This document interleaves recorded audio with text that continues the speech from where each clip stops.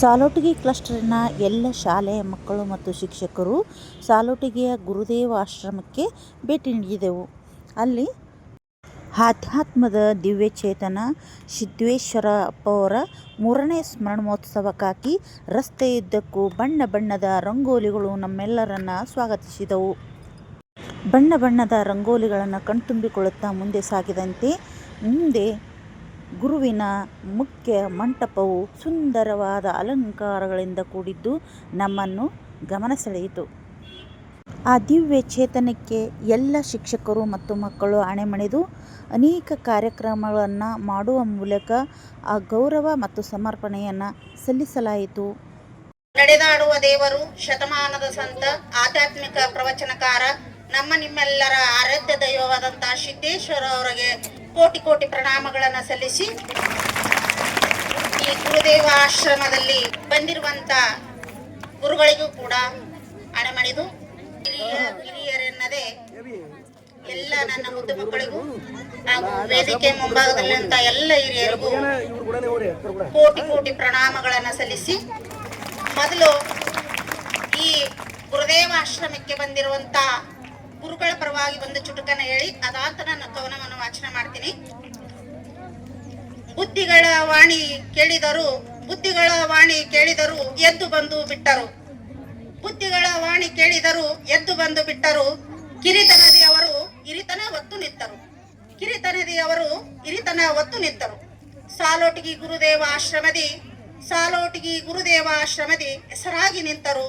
ಭವದಲ್ಲಿ ಬಳಲುವವರಿಗೆ ಉಪಚಾರ ಅವರಾದರು. ಮಾತು ಬಾಳ ವಿರಳ, ನಡೆ ನುಡಿ ಬಹಳ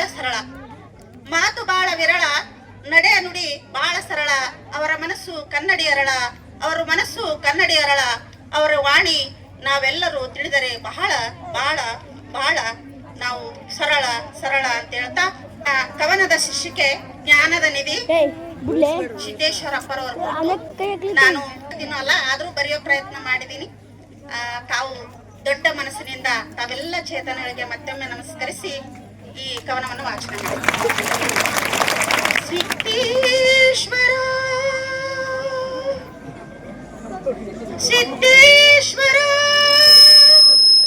ಗುರುವೇ ಸಿದ್ದೇಶ್ವರ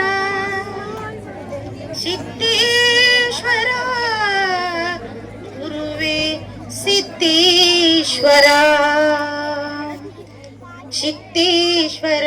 ಸಿದ್ದೇಶ್ವರ ಗುರುವೇ ಸಿದ್ದೇಶ್ವರ ಗುರುವೇ ಸಿದ್ದೇಶ್ವರ. ಎಲ್ಲಿರುವೆ ಜ್ಞಾನ ನಿಧಿ, ಜ್ಞಾನದ ಬೆಳಕಿನ ಪ್ರಭೆ. ಎಲ್ಲಿರುವೆ ಜ್ಞಾನ ನಿಧಿ, ಜ್ಞಾನದ ಬೆಳಕಿನ ಪ್ರಭೆ. ಮರೆಯಲಾಗದ ಮಾಣಿಕ್ಯ ನಿಧಿಯೇ ಸಿದ್ದೇಶ್ವರ, ಮರೆಯಲಾಗದ ಮಾಣಿಕ್ಯ ನಿಧಿಯೇ ಸಿದ್ದೇಶ್ವರ. ಗುರುವೇ ಸಿದ್ದೇಶ್ವರ. ಬಿಚ್ಚರಿಗೆಯ ಮುತ್ತಿನ ಮಣಿ, ಸತ್ವಿಚಾರದ ಜ್ಞಾನದ ಗಣಿ. ಬಿಚ್ಚರಿಗೆಯ ಮುತ್ತಿನ ಮಣಿ, ಸತ್ವಿಚಾರದ ಜ್ಞಾನದ ಗಣಿ. ಆಧ್ಯಾತ್ಮಕ್ಕೆ ಇವರೇ ದಣಿ, ಸಿದ್ದೇಶ್ವರ ಗುರುವೇ ಸಿದ್ದೇಶ್ವರ ಗುರುವೇ ಸಿದ್ದೇಶ್ವರ. ವಚನದಲ್ಲಿ ಮಧುರತೆ, ಜ್ಞಾನದಲ್ಲಿ ಭತ್ತದ ವರತೆ. ವಚನದಲ್ಲಿ ಮಧುರತೆ, ಜ್ಞಾನದಲ್ಲಿ ಭತ್ತದ ವರತೆ. ಭಕ್ತರ ಪಾಲಿಗೆ ಅಕ್ಷಯ ಪಾತ್ರೆ, ಭಕ್ತರ ಪಾಲಿಗೆ ಅಕ್ಷಯ ಪಾತ್ರೆ. ಸಿದ್ದೇಶ್ವರ ಗುರುವೇ ಸಿದ್ದೇಶ್ವರ ಗುರುವೇ ಸಿದ್ದೇಶ್ವರ. ಸುವಿಚಾರವಾಣಿಯನ್ನ ಕುಂತು ಕೇಳಿತು ಭಕ್ತಗಾನ. ಸುವಿಚಾರವಾಣಿಯನ್ನ ಕುಂತ ಕೇಳಿತು ಭಕ್ತಗಣ. ಹಸನ ಮಾಡಿತು ಭಕ್ತರ ತನುಮನ, ಹಸನ ಮಾಡಿತು ಭಕ್ತರ ತನುಮನ. ಸಿದ್ದೇಶ್ವರ ಗುರುವೇ ಸಿದ್ದೇಶ್ವರ ಗುರುವೇ ಸಿದ್ದೇಶ್ವರ. ತೇಜಸ್ವಿನ ಮುಖವದನ, ನಗುವೆ ಮುಖಕ್ಕೆ ಆಭರಣ. ತೇಜಸ್ವಿ ನಿನ್ನ ಮುಖವದನ ನಗುವೆ ಮುಖಕ್ಕೆ ಆಭರಣ ಮೀರಿಸಿತು ಆನೆ ಸರನ ಮೀರಿಸಿತು ಆನೆ ಸರನ ಸಿದ್ದೇಶ್ವರ ಗುರುವೆ ಸಿದ್ದೇಶ್ವರ ಸಿದ್ದೇಶ್ವರ ಗುರುವೆ ಸಿದ್ದೇಶ್ವರ ನಡೆದೆ ಬಿಟ್ಟಿರಿ ಸ್ವರ್ಗದೂರಿಗೆ ಮರೆಯುವುದೆಂತೂ ಆಗಳಿಗೆ ನಡೆದೆ ಬಿಟ್ಟಿರಿ ಸ್ವರ್ಗದೂರಿಗೆ ಮರೆಯುವುದೆಂತೂ ಆಗಳಿಗೆ ನೆನಪಾಗುವುದು ಹಡಿಗಡಿಗೆ ನೆನಪಾಗುವುದು ಹಡಿಗಡಿಗೆ ನಮಗಾಗಿ ಬನ್ನಿ ಎಳೆಗೆ ನಮಗಾಗಿ ಬನ್ನಿಗಳಿಗೆ ಸಿದ್ದೇಶ್ವರ ಗುರುವೆ ಸಿದ್ದೇಶ್ವರ ಸಿದ್ದೇಶ್ವರ ಗುರುವೆ ಸಿದ್ದೇಶ್ವರ ಸಿದ್ದೇಶ್ವರ ಗುರುವೆ ಸಿದ್ದೇಶ್ವರ. ಅವಕಾಶಕ್ಕಾಗಿ ಧನ್ಯವಾದಗಳು. ಕೇವಲ 5 ನಿಮಿಷ ಕಾರ್ಯಕ್ರಮ ಕೊಟ್ರ ನಾ ಕಾರ್ಯಕ್ರಮ ಮಾಡ್ಲಕತ್ತ ಕನಿಷ್ಠ 1 ತಾಸರ ಬೇಕು.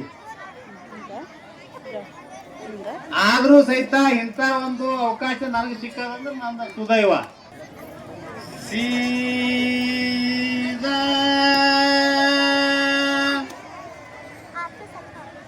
ಸಾದಾ ಜೀವನ ಸರಳ ಬಿಜ್ಜರಿಗಿ ಗ್ರಾಮಕ್ಕೆ ಭಗವಂತ ಬಂದ ಗೌಡರ ಮನೆ ತನಕ ಗುರು ಹಿರಿಯರೊಡಗೂಡಿ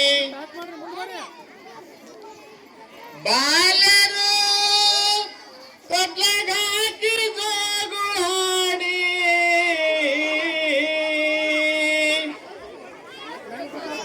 ಭಗವಂತನ ಮಾರಿ ನೋಡಿ ಸಿದ್ಧಗೊಂಡಂತ ನಾಮಕರಣ ಮಾಡಿ ಭಗವಂತನ ಕೊಂಡಾಡಿ ಸಿದ್ಧಗೊಂಡಂತ ನಾಮಕರಣ ಮಾಡಿ ಹೋಗ್ಯಪ್ಪ ಗೌಡ ಸಂಗಮ ನೋಡಲಿಗೆ ಸಿದ್ಧಗೊಂಡ ಮುದ್ದಿನ ಮಗನಾಗಿ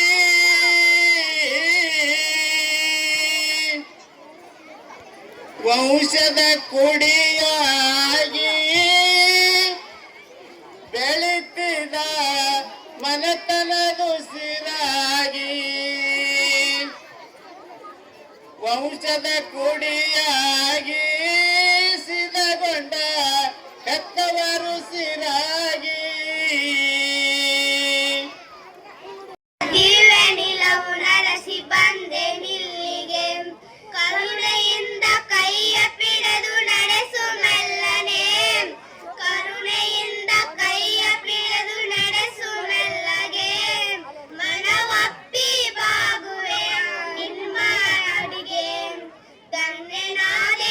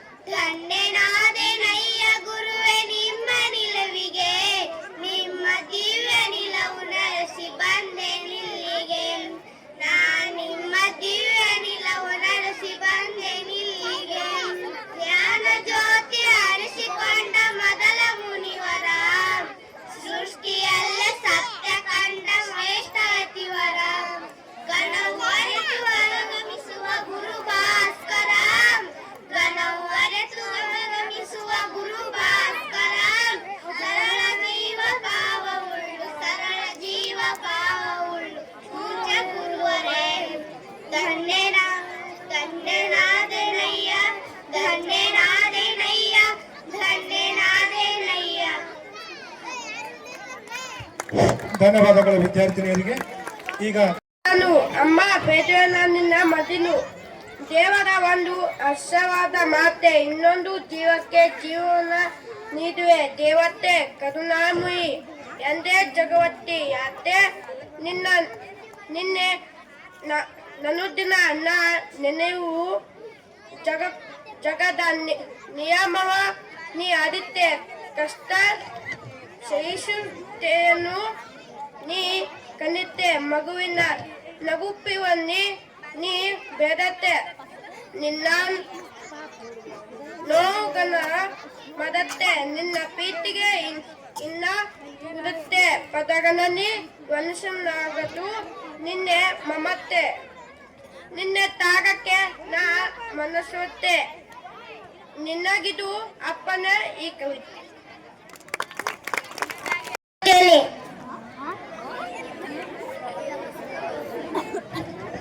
कराग्रे वसति लक्ष्मी करमूले सीता गौरी प्रभाते करदर्शनम् सरस्वती नमस्तुभ्यं वरदे कामरूपिणी विद्यारम्भं करिष्यामि सिद्धिर्भवतु नमोस्तुते.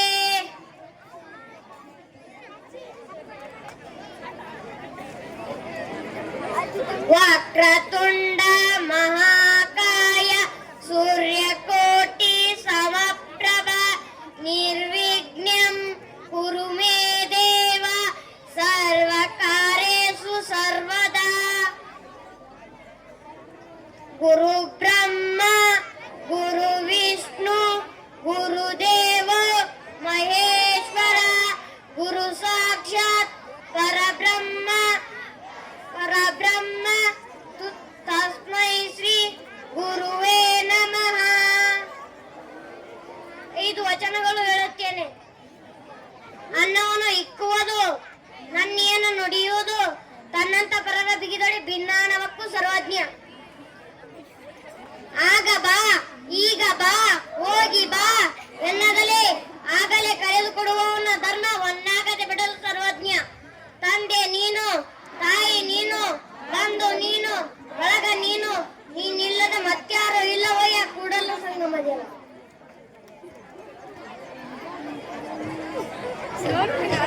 ನಡೆಯುವುದೊಂದೇ ಭೂಮಿ ಕುಡಿಯುವುದೊಂದೇ ನೀರು ಸುಡುವಜ್ಞೆ ಒಂದೇ ಎರೆತಿರಲು ಕೊಲಗೋತ್ರ ಎತ್ತ ನಡುವೆ ಸರ್ವಜ್ಞ. ತಂದೆ ನೀನು ತಾಯಿ ನೀನು ಬಂಧು ನೀನು ಬಳಗ ನೀನು ನೀನಿಲ್ಲದ ಮತ್ಯಾರು ಇಲ್ಲವೇ ಸರ್ವಜ್ಞ. ನಮಸ್ಕಾರ. ಧನ್ಯವಾದಗಳು ವಿದ್ಯಾರ್ಥಿಗೆ. ಈಗ ಸೃಜನ್ ಹಿರೇಪಟ್ಟ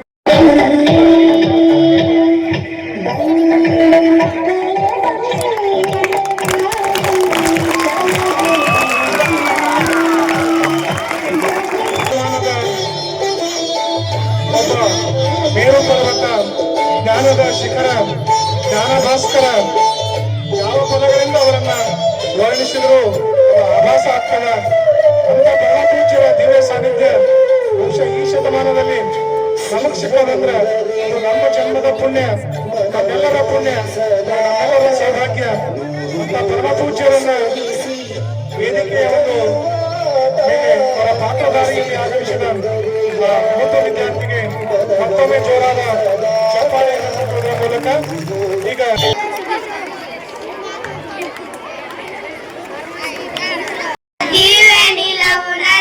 ಬಂದೆ ನಿಲ್ಲಿಗೆ ಕರುಣೆಯಿಂದ ಕೈಯ ಪಿಡಿದು ನಡೆಸು ಮೆಲ್ಲನೆ ಕರುಣೆಯಿಂದ ಕೈಯ ಪಿಡಿದು ನಡೆಸು ಮೆಲ್ಲಗೆ ಮನವಪ್ಪಿ ಬಾಗುವೆ ನಿಮ್ಮ ಅಡಿಗೆ ಧನ್ಯನಾದೆ ನಯ್ಯ ಗುರುವೆ ನಿಮ್ಮ ನಿಲುವಿಗೆ ನೀ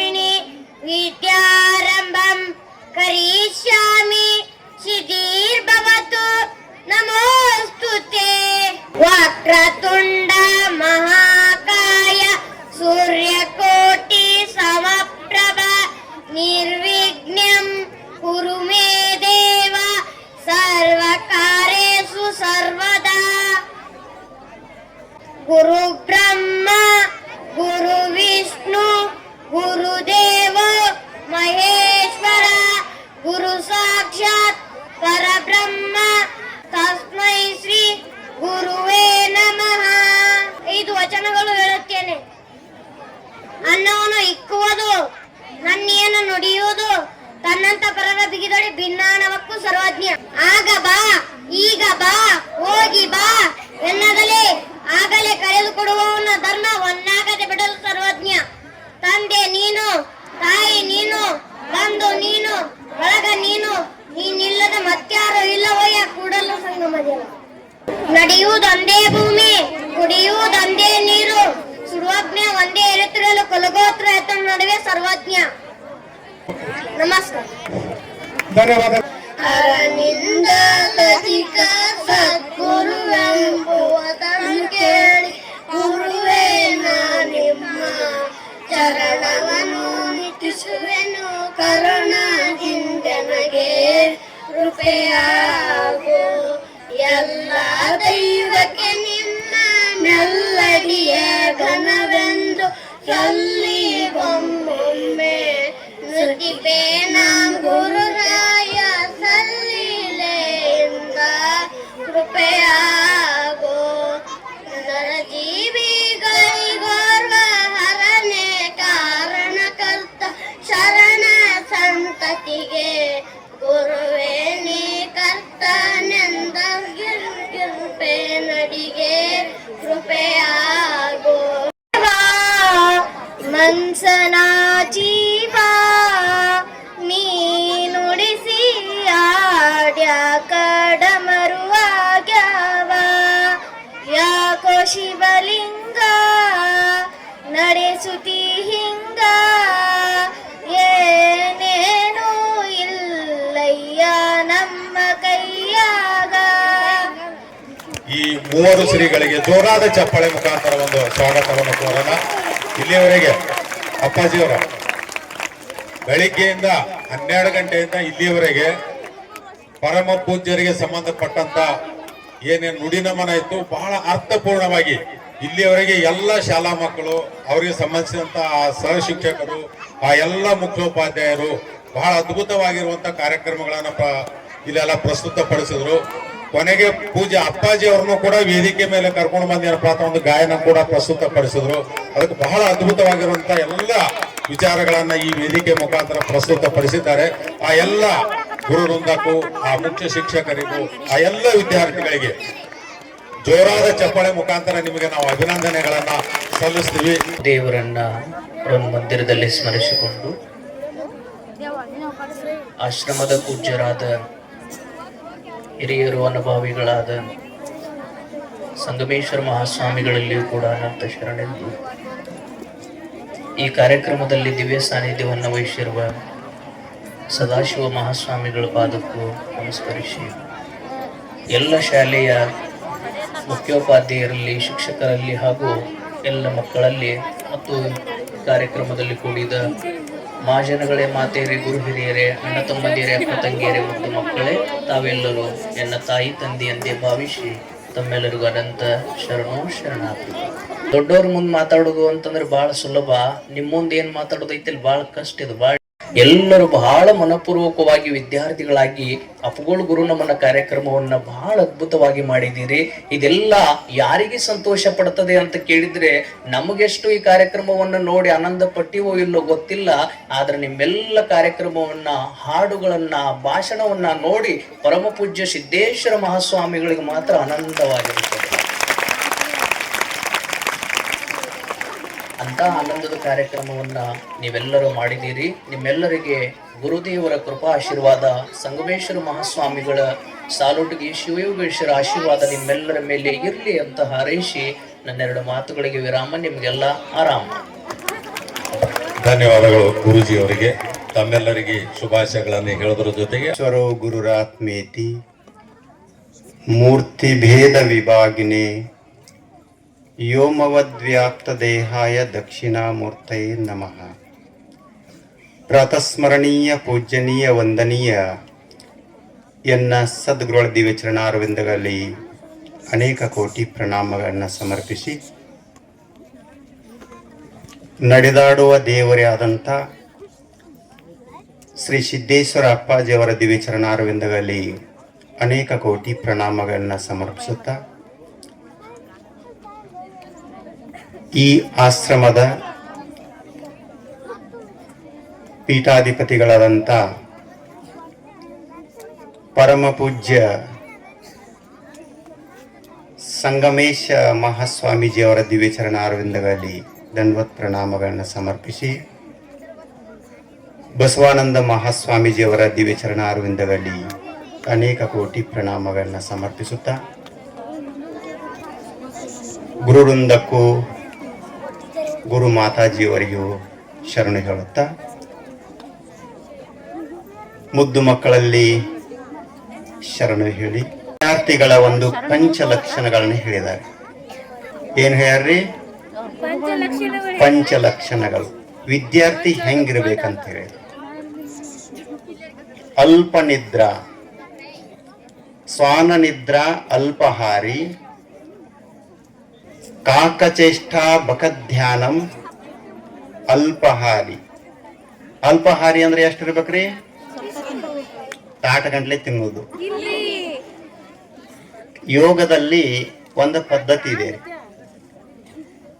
ಉದರದಲ್ಲಿ 100% ಅವಕಾಶ ಇದೆ ಅಂತ ತಿಳ್ಕೊರಿ. ಎಲ್ಲರಿಗೂ ಅನ್ವಯ ಆಗುತ್ತೆ, ವಿದ್ಯಾರ್ಥಿಗಳಿಗೆ ಅಷ್ಟೇ ಅಲ್ಲ. 100% ಅವಕಾಶದಲ್ಲಿ 50% ಆಹಾರವನ್ನು ಸೇವನೆ ಮಾಡಬೇಕು. ಅದೇ 50%ದಲ್ಲಿ 25% ರೊಟ್ಟಿ ಚಪಾತಿಯನ್ನ ಸೇವನೆ ಮಾಡಬೇಕು. ಆಮೇಲೆ 25% ಏನ್ ಮಾಡ್ಬೇಕ್ರಿ? ತರಕಾರಿಯನ್ನ ಸೇವನೆ ಮಾಡ್ಬೇಕು. ಆಮೇಲೆ 50% ಏನ್ ಮಾಡ್ಬೇಕ್ರಿ? 25% ನಾವು ಹೇಳ್ಬೇಕಲ್ರಿ. ಮತ್ ನಮಗ್ ಗೊತ್ತಿದ್ರೆ ನಿಮ್ಮನ್ನ ಯಾಕೆ ಕಳಿಸ್ತಿದ್ದೀವಿ ಅಂದ್ರೆ 25% ನೀರು ಕುಡಿಬೇಕು, 25% ರೀ ಗಾಳಿ ಆಡಾಕ್ ಬಿಡ್ಬೇಕು. ಏನ್ರಿ? ನಾವು ಆಕಂಠ ಪರ್ಯಂತಂ ಕಾದಿತ್ವ ಹಿಂಗ ಬಳ ಹಾಕಿರ ನೆಲಕ್ ಬೇಕಂತ್ರಿ. ಯಾವನೋ ಒಬ್ಬ ಮದುವೆಗೆ ಊಟಕ್ಕೆ ಹೋಗಿದ್ದಂತ್ರಿ. ಊಟಕ್ಕೆ ಹೋದಾಗ ಅಲ್ಲಿ ಹೋಳಿಗೆ ಲಡ್ಡು ಎಲ್ಲ ಇದ್ದು ಅವ ಶಿಸ್ತಾಂಗಿ ಹೊಡೆದ್ರಿ. ಶಿಸ್ತಾಂಗಿ ಹೊಡೆದ ಕಣ್ಣಿಗೆ ಚಕ್ರ ಬಂದು ಬಿದ್ದ. ಕಣ್ಣಿಗೆ ಚಕ್ರ ಬಂದು ಬಿದ್ದ ಕೂಡಲೇ ಡಾಕ್ಟರ್ ಅಂತ ಹೋದ್ರ. ಡಾಕ್ಟರ್ಗಳು ಒಂದು ಮಾತ್ರೆಯನ್ನ ಕೊಟ್ಟ. ಈ ಮಾತ್ರೆಯನ್ನ ತೆಗೆದುಕೋ, ನಿನಗೆ ಆರಾಮಾಕತ್ತೆ ಅಂದ್ರು. ಈ ಮಾತ್ರೆ ಹಿಡ್ಸೋಟ್ ಒಂದು ಜಾಗ ಇತ್ತಾರ ಇನ್ನೊಂದು ಲಡ್ಡು ತಿಂತೀನಿ ಅಂದವ. ಹಂಗ ತಿನ್ನಾಕ ಹೋಗ್ಬಾರ್ದಂತ. ಏನ್ರಿ? ಅಲ್ಪಹಾರಿ, ಸ್ವಾನ ನಿದ್ರಾ. ನಾಯಿಗಳು ಹೆಂಗ ನಿದ್ರಿ ಮಾಡ್ತಾವ್ರಿ? ಕಡ್ರಿ ಎಲ್ಲ ಕದ್ಕೊಂಡು ಹೋಗೋ ಮಟ ನಿದ್ದೆ ಮಾಡ್ತಿರ್ತಾವನ್ರಿ. ಸ್ವಲ್ಪ ಹಿಂಗ ಸಪ್ಪಳ ಆತರ ಏನ್ ನೋಡ್ತಾವ್ರಿ? ಕಣ್ಣು ತೆರೆದ್ ನೋಡ್ತಾವ, ನಮ್ಮವ್ರ ಅದಾರೋ ಇಲ್ಲೋ ಅಂತ ಹೇಳಿ. ನಮ್ಮವ್ರಿದ್ರ ಅವ್ರ ಮಾಲಕರು ಅಥವಾ ಅವ್ರ ಮನೆಯವರು ಇದ್ರ ಏನ್ ಮಾಡ್ತಾವ್ರಿ? ಇವು ಸುಮ್ಮ ಅನ್ಕೋತಾವ. ಮತ್ತೆ ಯಾರೇ ಹೊಸಬ್ರು ಕಂಡ್ರಂದ್ರ ಬಗಳಾಕ್ ಚಾಲೋ ಮಾಡ್ತಾವ. ಅದಕ್ಕ ಎಷ್ಟು ನಿದ್ರೆ ಇರ್ಬೇಕ್ರಿ? ಸ್ವಾನ ನಿದ್ರಾ ಇರ್ಬೇಕ್ರಿ. ಜಾಗೃತಿ ಇರ್ಬೇಕಂತ್ರಿ. ಏನ್ರಿ? ಬಕದ್ ಧ್ಯಾನ.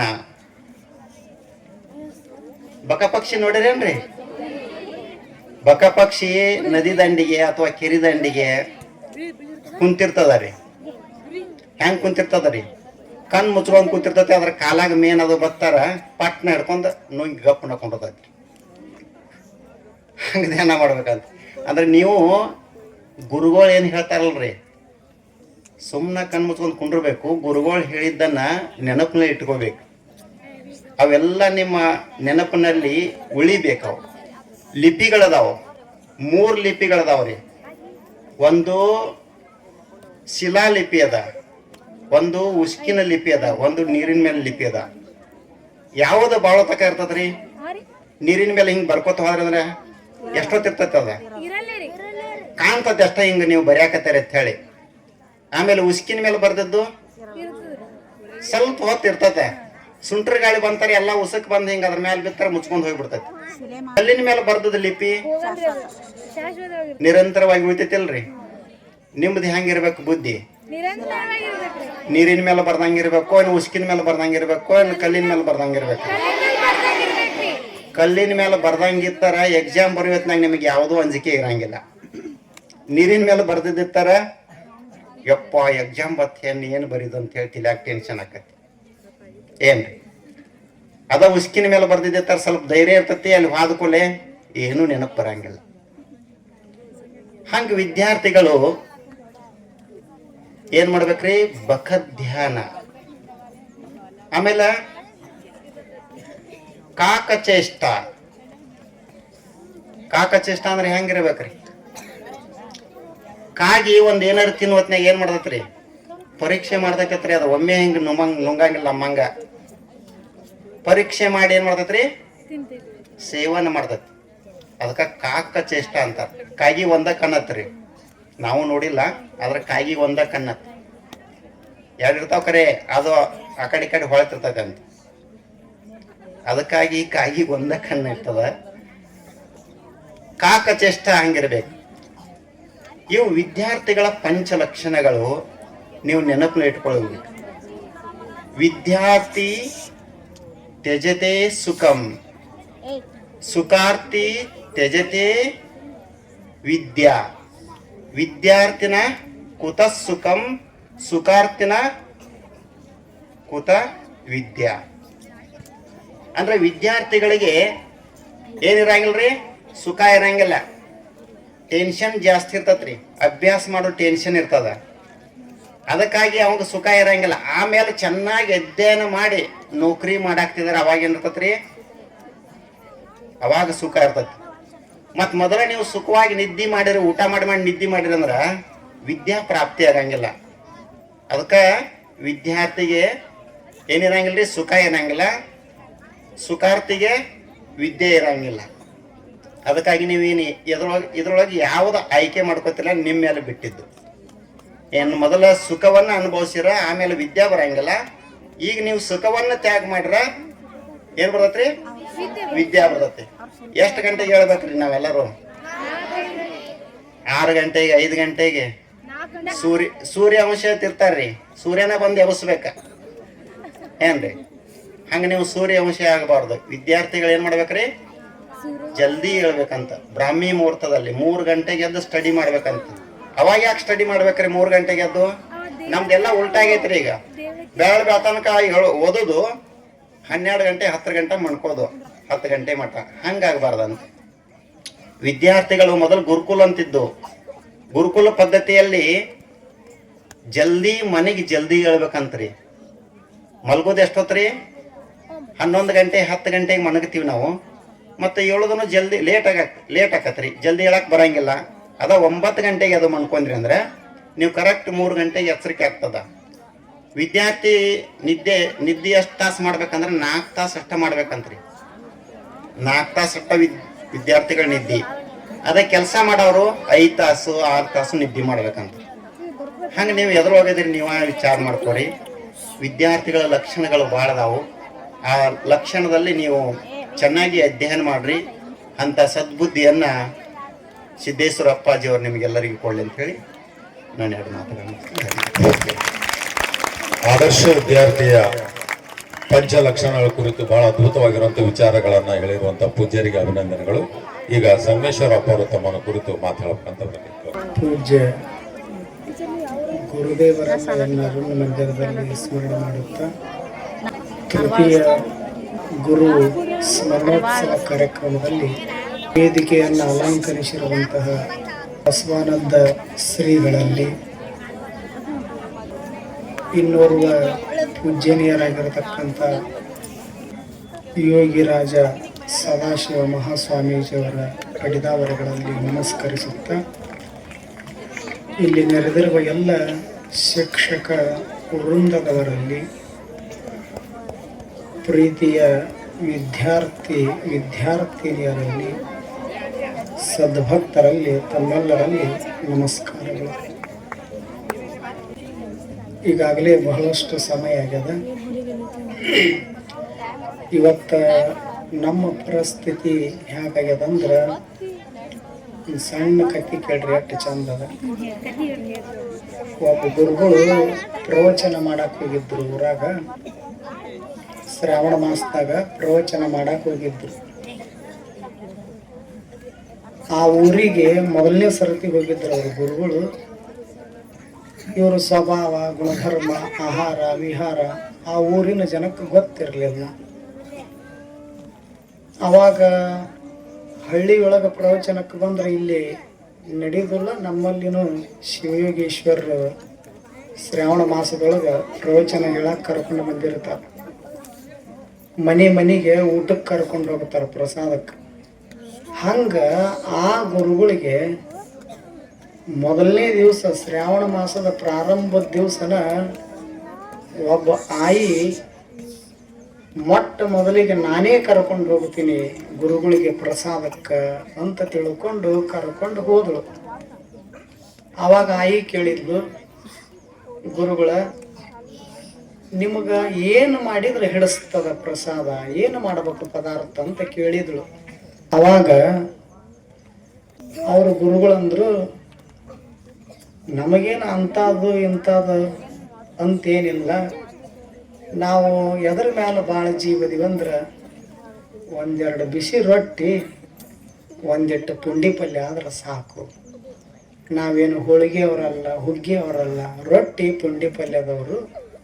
ಚಲೋ ಎರಡು ಬೆಳ್ಳನು ತೆಳ್ಳನು ಎರಡು ರೊಟ್ಟಿ ಒಂದಿಷ್ಟು ಪುಂಡಿ ಪಲ್ಯ ಮಾಡಿಬಿಟ್ರೆ ಸಾಕು ಅಂತ ಗುರುಗಳು ಹೇಳಿದರು.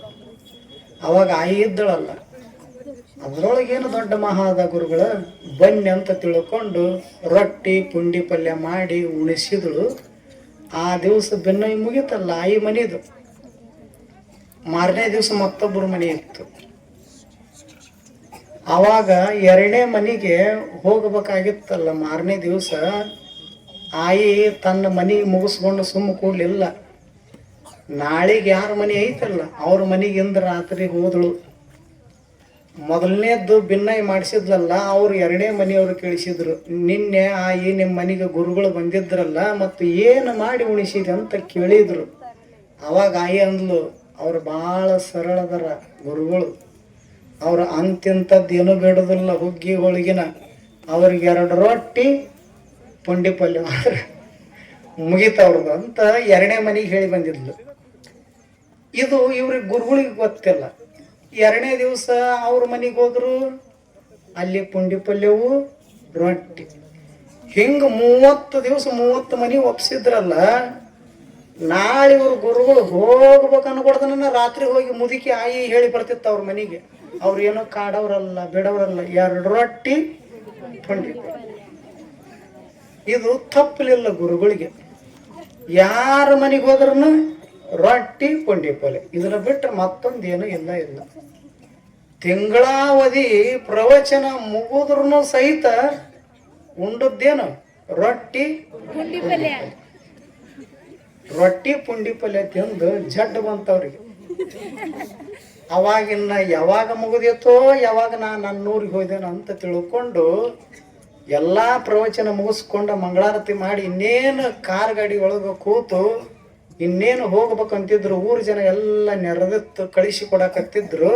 ಅಷ್ಟೊತ್ತಿಗೆ ಎಲ್ಲಿತ್ತು ಎಲ್ಲಿಲ್ಲೋ ಆಯಿ ಒಂದು ಕೈಯೊಳಗೆ ಟಿಫಿನ್ ಬಾಕ್ಸ್ ಹಿಡ್ಕೊಂಡು ಬಂದಳು. ತಗೊಂಡು ಬಂದು ಇವ್ರ ಕೈಯಾಗ ಕೊಟ್ಲು, ಗುರುಗಳ ಕೈಯಾಗ.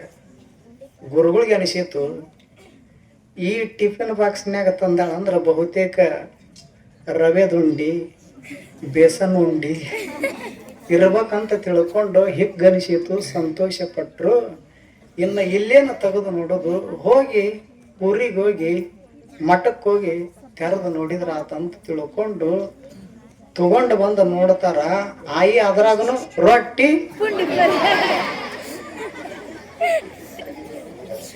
ಅಷ್ಟೊತ್ತಿಗೆ ಆರಾಮ ತಪ್ಪಿತ್ತು. ಹೋಗಿ ಅಡ್ಮಿಂಟ್ ಆದ್ರೆ 15 ದಿವಸ. 15 ದಿವಸ ಆದ್ರೂ ಇವ್ರಿಗೆ ಯಾವ ರೋಗ ಬಂದೈತೆ ಅನ್ನೋದು ಡಾಕ್ಟ್ರಿಗೆ ಗೊತ್ತಾಗಲಿಲ್ಲ. 15 ದಿವಸ ಬಳಿಕ ಅವ್ರಿಗೆ ಹೇಳಿದ್ರು ಡಾಕ್ಟ್ರು, ನೋಡ್ರಿ ನೀವು ದವಾಖಾನೆಗಿದ್ರೆ ಆರಾಮಾಗೋದಿಲ್ಲ, ನೀವು ನಿಮ್ಮ ಮನ್ಯಾಗನ ವಿಶ್ರಾಂತಿ ಮಾಡ್ರಿ ಅಂದ್ರೆ ಅವ್ರು ಡಾಕ್ಟ್ರು. ಅವರು ಗುರುಗಳು ಕೇಳಿದ್ರು, ಮತ್ತು ನಾನು ಏನು ಸ್ವೀಕಾರ ಮಾಡಬೇಕು, ಏನು ತಿನ್ನಬೇಕು ಅಂತ ಕೇಳಿದರು. ಅವ್ರು ಡಾಕ್ಟರ್ ಅಂದ್ರು 15 ದಿವಸ ರೊಟ್ಟಿ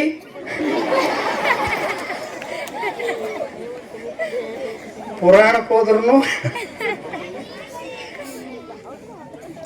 ಹೇಳೋ ಉದ್ದೇಶ ಏನಂದ್ರ, ಇವತ್ತ ಒಂದು ಮುಂಜಾನೆ ಬೆಳಗಿನ ಜಾವ 5ಕ್ಕೆ ಎದ್ದೀವಿ, 3-4ಕ್ಕೆ ಎದ್ದೀವಿ. ಆದ್ರೆ ನಮ್ಮದು ಜಪಯೋಗ ಶುರುವಿತ್ತು, 1 ತಾಸು ಕೂತೀವಿ. ಅದು ಆಗಣ ಅಪ್ಪಗಳದು 1 ತಾಸು ಪ್ರವಚನ ಇತ್ತು, ಅಲ್ಲಿ ಕೂತೀವಿ. ಅದು ಆಗಣ ಪ್ರಣವ ಮಂಟಪದ ಪೂಜೆ ಇತ್ತು, ಅಲ್ಲಿ 1 ತಾಸು ಕುಂತೀವಿ. ಹಂಗೆ ಎಣಸುವಂತ ಬರ್ರಿ, 1 ತಾಸು ಜಪಯೋಗ, 1 ತಾಸು ಪ್ರವಚನ, 1 ತಾಸು ಮಂಟಪದ ಪೂಜೆ. ಅದು ಆದ ಕೂಡಲೇನ ಮತ್ತೆ ಉಣ್ಣಬೇಕಾದ್ರೆ ಅಲ್ಲಿ ಕೊಡಬೇಕಲ್ಲ, ಅಲ್ಲಿ ಕೂತೀವಿ. ಅದು ಮುಗಿನ ಮತ್ತೆ ಕಾರ್ಯಕ್ರಮ, ಅಲ್ಲೊಂದು 2-3 ತಾಸು ಕುಂತೀವಿ. ಇನ್ನೇನು ಕುಡಿದು ಮುಗಿತನ ಹೊಡೆದನ ಇಲ್ಲಿ ನಿಮ್ಮ ಮೇಲೆ ಫೋನ್ ಮತ್ತೆ ಕಾರ್ಗಾಡಿಗೆ ಹತ್ತಿ ಕುಂತೀವಿ. ಅಲ್ಲಿ ಇಲ್ಲೆಲ್ಲ ಬಂದು ಒಂದಿಟ್ಟು ತಿರ್ಗಾಡ್ಬೇಕಂದ್ವಿ. ಮತ್ತೆ ಬಂದ್ರಿ ಇವರು 3 ಕುರ್ಚಿ ತಗೊಂಡು ಮ್ಯಾಲ ಕೊಡ್ಬೇಕಂತ. ಇಲ್ಲಿ ಬಂದ್ರೂ ಕೊಡೋದು ತಪ್ಪಲಿಲ್ಲ. ಇನ್ನು ಇದು ಮುಗಿದ ಬಳಿಕರ ತಪ್ಪಿತಂತೀರಿ, ಮತ್ತೆ 2 ತಾಸು ಕುಡೋದೈತಿ ನೋಡಿ. ನೀವು ಹಿಂಗೆ ಹೋದ್ರಿ ಅಂದ್ರೆ ಅವ್ರು ನಮ್ಮವ್ರು ಬರ್ತಾರ, ತಿಂಗಳಿಗೆ ಒಮ್ಮೆ ಬರೋರು. ಈಗ 10 ಮಂದಿ ಬಂದಾರ ಇಲ್ಲಿ ಅಂದ್ರೆ ನಮ್ಮದು ಪರಿಸ್ಥಿತಿ ಪುಂಡಿ ಪಲ್ಯವು ರೊಟ್ಟಿ ಅದಂಗೆ ಆಗೈತಿವ.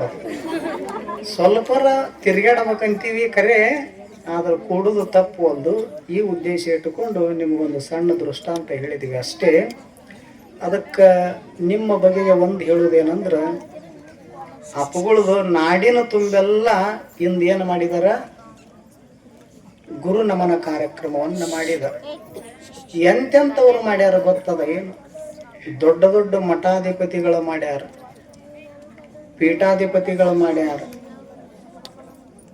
ಸದ್ಭಕ್ತರು ಎಲ್ಲರೂ ಕೂಡಿ ಮಾಡ್ಯಾರ. ಆದ್ರೆ ಸಾಲೋಟಿಗೆ ಅವರ ವಿಶೇಷ ಏನಂತ ಕೇಳಿದ್ರೆ, ಎಲ್ಲ ಕಡೆಗೆ ದೊಡ್ಡ ದೊಡ್ಡ ಗುರುಗಳು ಮಾಡ್ಯಾರ, ಭಕ್ತರು ಮಾಡ್ಯಾರ, ಯಾರ್ಯಾರೋ ಗುರು ನಮನವನ್ನ ಮಾಡಿದಾರ. ಆದ್ರೆ ಸಾಲೋಟಿಗೆ ಒಳಗ ಆ ನಡೆದಾಡುವ ದೇವರಿಗೆ, ವಿಶ್ವ ಸಂತರಿಗೆ ಗುರು ನಮನವನ್ನ ಯಾರು ಮಾಡ್ಯಾರ ಅಂತ ಕೇಳಿದ್ರೆ, ಶಾಲಾ ವಿದ್ಯಾರ್ಥಿನಿಯರು ಮಾಡಿರಲ್ಲ. ಇದು ಬಹಳ ವಿಶೇಷ. ಆ ದೃಷ್ಟಿಯಿಂದ ತಮ್ಮ ಎಲ್ಲ ಶಾಲೆಯ ಶಿಕ್ಷಕರಿಗೂ ವಿದ್ಯಾರ್ಥಿಗಳಿಗೂ ಆಶ್ರಮದ ಪರವಾಗಿ ಅಭಿನಂದನೆಗಳನ್ನು ಸಲ್ಲಿಸ್ತೇವೆ. ಆ ಬಳಿಕೆಯಿಂದ ತಮಗೆಲ್ಲರಿಗೂ ವಿಶೇಷವಾಗಿರತಕ್ಕಂಥ ಪ್ರಸಾದವನ್ನು ಮಾಡಿಸಿದ್ದಾರೆ ನಮ್ಮ ರಾಮಗೊಂಡವರು. ನೋಡು, ನಿಮ್ಮ ಮ್ಯಾಗ ಭಾಳ ಪ್ರೀತಿ ಅವರು. ಮನ್ಯಾಗ ಅವ್ರ ಆಯಿ ಮ್ಯಾಗಾರ ಪ್ರೀತಿ ಅದರ ಇಲ್ಲ ಅಟ್ಟ, ಆದ್ರೆ ನಿಮ್ಮ ಮ್ಯಾಲ ಭಾಳ ಪ್ರೀತಿ. 15 ದಿವಸ ಆತು. ಹುಡುಗರು ಸಾವಿರಾರು ಹುಡುಗರು ಬರ್ತಾವು, ಬಿಸಿಲು ಭಾಳ ಇರ್ತದೆ. ಅವ್ರಿಗೆ ಇದನ್ನೆಲ್ಲ ಮಂಟಪ ಹಾಕಿಸ್ಬೇಕು. ಇದ್ರ ಬಗ್ಗೆ ನಿಮ್ಮ ಬಗ್ಗೆ ಭಾಳ ಚರ್ಚೆ ನಡೆದದ. ಇಲ್ಲಿ ನೀವೇನು ಮುಂದೆ ಕುಂತಿರಲ್ಲ, ನಿಮ್ಮ ಬಗ್ಗೆನ ಚರ್ಚೆ ನಡೆದೈತಿ 15 ದಿವಸ. ಕೆಲವರು ಮಂಟಪ ಬ್ಯಾಡ್ರಿ, ಗಿಡದ ನೆರಳು ಸಾಕಷ್ಟದ, ಗಿಡದಾಗ ಕೂಡಿಸಿ ಅವ್ರಿಗೊಂದೆರಡು ಮಾತು ಹೇಳಿ ಕಳಿಸಿದ್ರಾತಂತ ಕೆಲವರು. ಆದ್ರೆ ಅವ್ರು ಒಪ್ಪಲಿಲ್ಲ. ಏನು ಬೇಕಾದಾಗಲ್ಲಕ್ಕ ಬಿಸಿಲು ಭಾಳ ಇರ್ತದೆ, ಮಂಟಪ ಹಾಕ್ಸೇ ತೀರ್ತೀನಿ ಅಂತ ಎಲ್ಲರ ಮಾತು ಮೀರಿ ನಿಮ್ಮ ಸಲುವಾಗಿ ಮಂಟಪ ಹಾಕ್ಸ್ಯಾರಿದೆ. ನಾವು